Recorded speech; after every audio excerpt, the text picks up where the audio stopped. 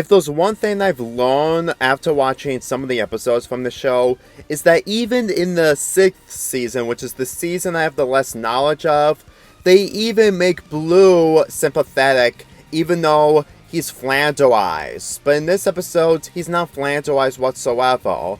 And trust me when I say this, there's a reason onto why this is going to be the final episode of me reviewing Fosters when it comes to its terrible episodes. Because after watching all the terrible episodes from the show, thus reaching to this one, this show couldn't dug any more deeper to make a terrible episode as the series goes on. And let me tell you, with a title called Pranks for Nothing, there's no excuse this time. Let me tell you that if you're gonna watch this episode alone, you can see the whole picture onto why people criticize this show with its mean-spirited and the amount of terrible episodes it has to offer. This episode begins with Mr. Hellman evacuating the residents of Foster's because of a termite investigation, since he's completely afraid of termites.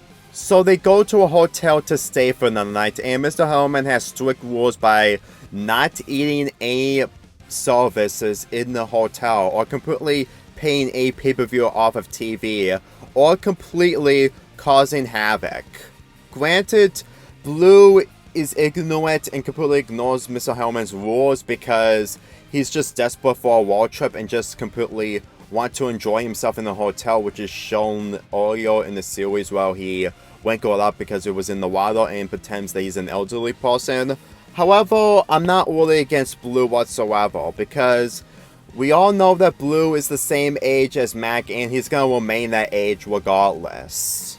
And the fact that he's completely excited, the other characters don't even bother to stop him. And if anyone's going to say, well, they're extremely tired for staying in the bus in the afternoon, which I do understand, but at the same time, considering that they've known Blue for so long and the fact that he did a lot of terrible things, they would have at least stopped him, but apparently they didn't, because when Blue completely drinks coffee, a gallon of coffee, or not really a gallon, but a huge cup of coffee, here's the thing with Blue's coffee rush in this episode. This is still similar to Max's sugar rush, except that when he eats too much candy, he gets more hyperactive. And when Blue gets hyperactive, he just wants to do everything that he loves doing, despite of Mr. Hellman's rules. And yet, none of his friends bother to stop him. Instead, they all pull a prank on Blue. For nothing.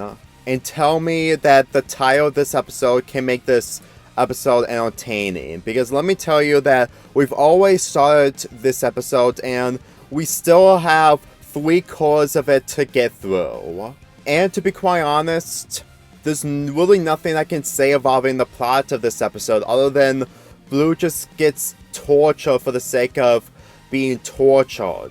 And tell me, if this is mainly a punishment for completely doing all the stuff that Mr. Hellman told him not to do, like I've said earlier, his friends could have stopped him red-handed.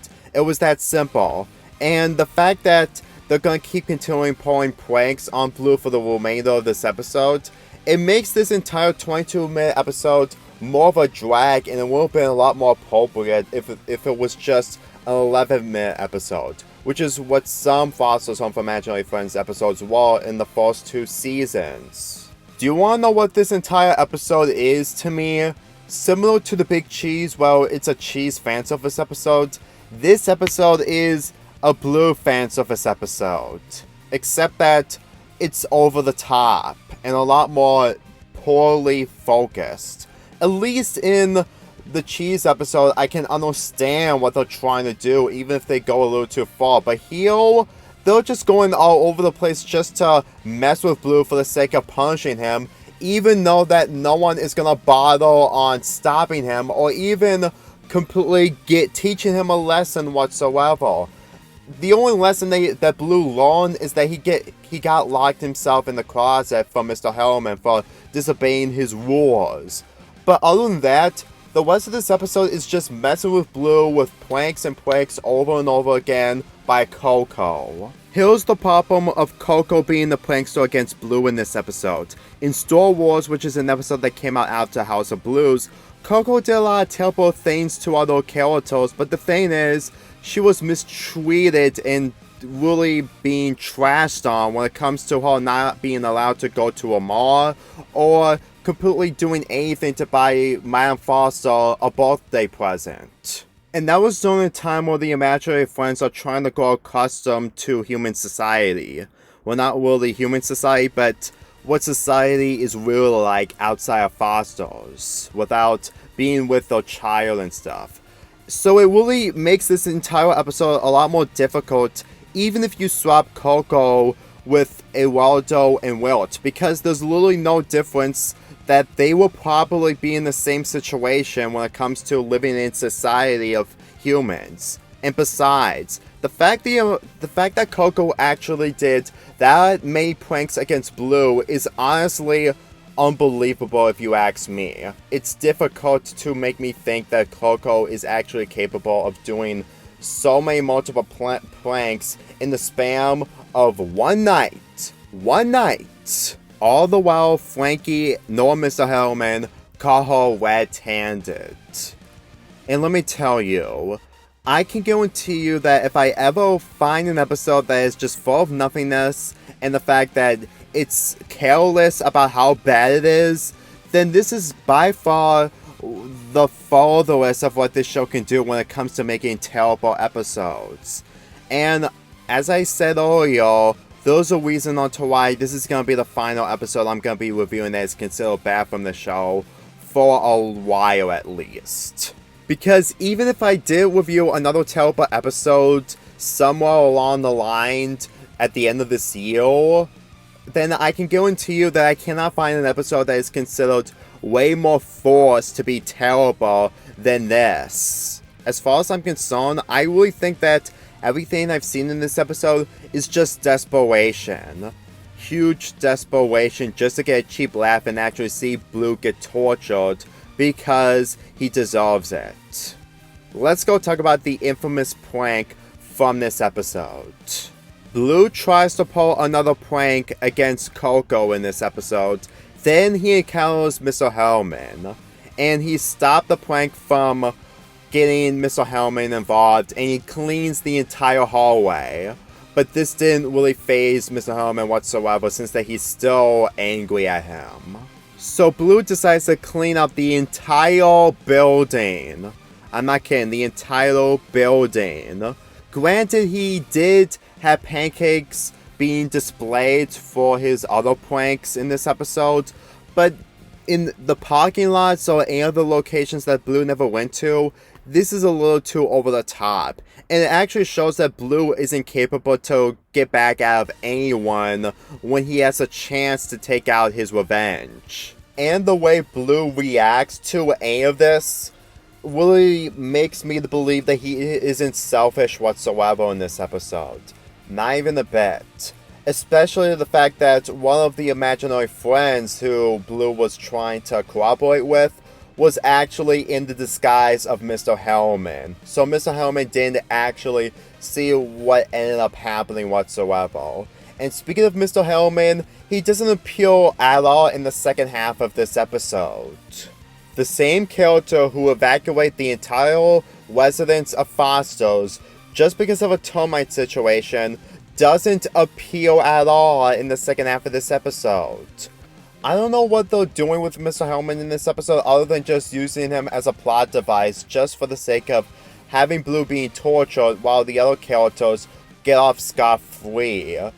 This is basically the type of writing I expect from other poorly made cartoons, but not in an episode like Foster's.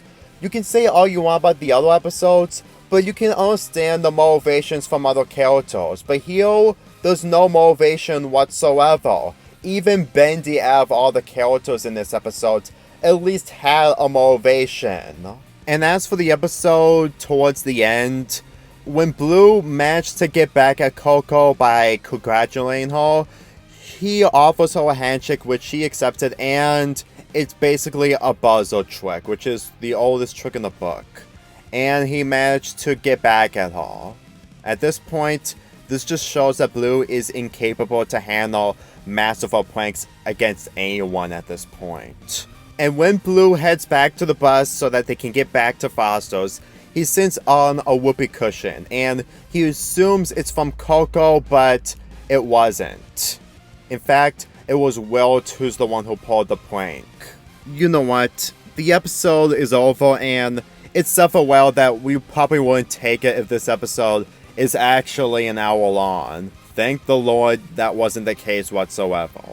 I know I didn't put a lot of effort involving the knowledge of this episode, but what do I have to expect from an episode like this? Even if this episode isn't as terrible as the other bad episodes, it's just bland and it's just treating Blue miserably when it comes to the pranks that he keeps getting from Coco. And the ending of this episode really makes this entire episode a lot more stupider than before. Let me ask you this. If you want to see Blue get punished, he should have been punished in the same episode where he caused trouble. Regardless of what he did by disobeying Mr. Hellman's orders, it still wasn't enough because it was a simple task for the yellow characters to stop him. Every time I completely think about these insignificant things, it just really goes to show that this show has been aged poorly by time.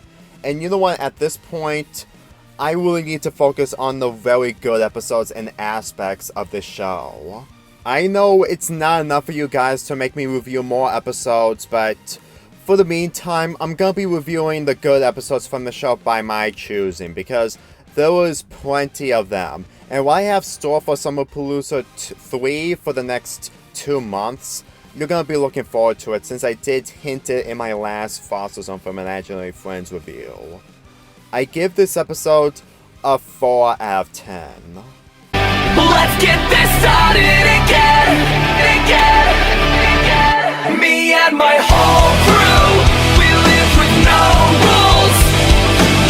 Let's get this started again. So if you feel like me too, there's only one thing to do. Let's go. Pay down, call the taxi cab. Got a case of the fridge and a bottle of the cream. Let's all get twisted, double fisting, drink up the resisting. Let's get this started again. Let's get this started again. Let's get this started.